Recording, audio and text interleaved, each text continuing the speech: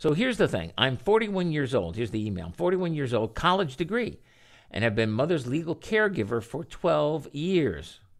Mother's caregiver. I don't know what legal caregiver means, but caregiver.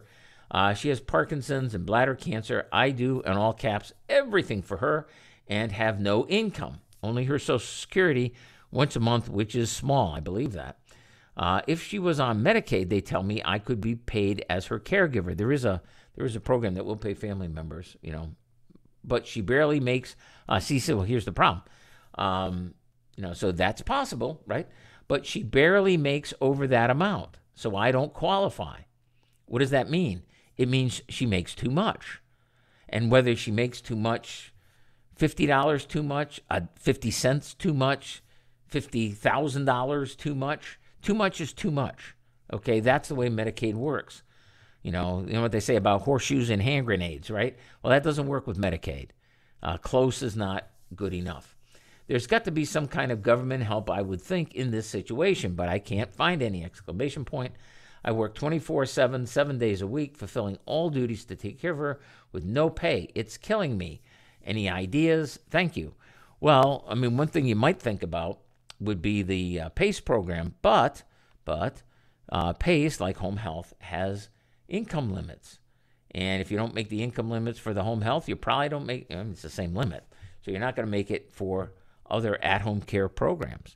It's the one thing where there is the limit. If you're in skilled nursing, so maybe if mom went to a skilled nursing facility, they would take her Social Security. Yes, they would. They give her $60 for haircuts and chewing gum, but they would take the rest of it. But Medicaid would pay. Okay, so if this is killing you and you don't want to be killed, then maybe mom to the nursing home is the way to go, and then get a job, right? I'm 41 years old, get a job. Lots of jobs out there paying a lot more than they used to, and that means, college degree, okay, fine. So, what does it qualify you for? I don't know. Maybe you want to be a caregiver, maybe you don't. The point is, and I'm being cruel here, the point is that there is no at-home Medicaid, so I confused the two myself, no at-home Medicaid solution for you. All right, that's not working, despite the fact that you've been taking care of mom. Now, here's something, and it's not clear where, how this works, because they didn't mention what the living arrangements were. Maybe mom's in senior housing. Maybe she's renting an apartment. That's possible, okay? But what if mom had a house? And like I say, it's not part of the email here, and they're not explaining that. But if mom does have a house, if a child, and it's caring for mother, so this person's a child of the person who's receiving the care, right?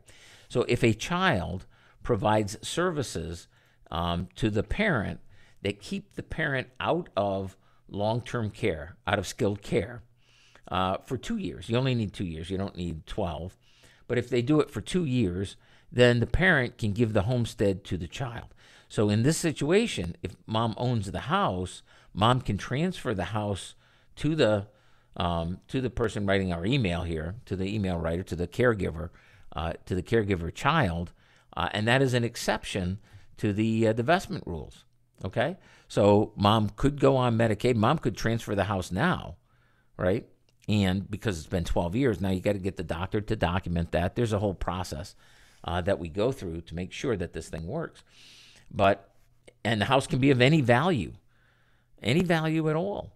The rule doesn't limit that.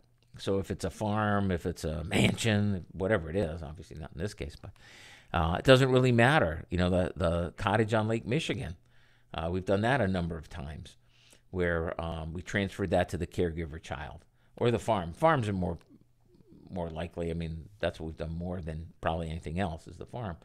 But it still works. So if you're caring for a loved one, caring for your parent, after 2 years, they can give you the house, even if there's no money to pay you, even if they don't otherwise qualify for the Medicaid, except in that residential skilled nursing situation.